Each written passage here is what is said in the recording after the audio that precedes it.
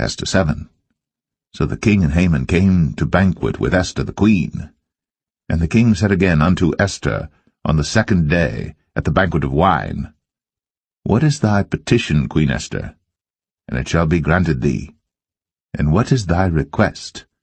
And it shall be performed, even to the half of the kingdom.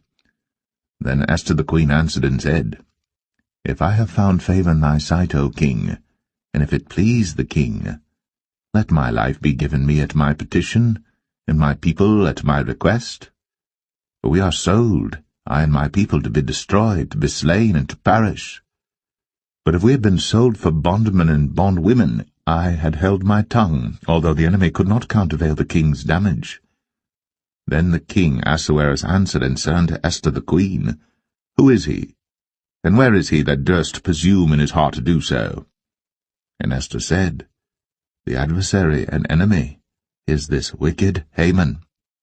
Then Haman was afraid before the king and the queen.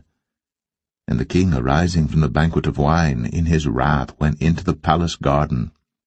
And Haman stood up to make request for his life to Esther the queen, for he saw that there was evil determined against him by the king.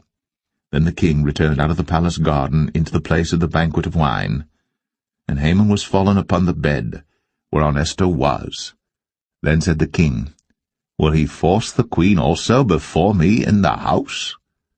As the word went out of the king's mouth, they covered Haman's face. And Harbona, one of the chamberlains, said before the king, Behold also, the gallows, 50 cubits high, which Haman had made for Mordecai, who had spoken good for the king, standeth in the house of Haman. Then the king said, Hang him thereon. So they hanged Haman on the gallows that he had prepared for Mordecai. Then was the king's wrath pacified.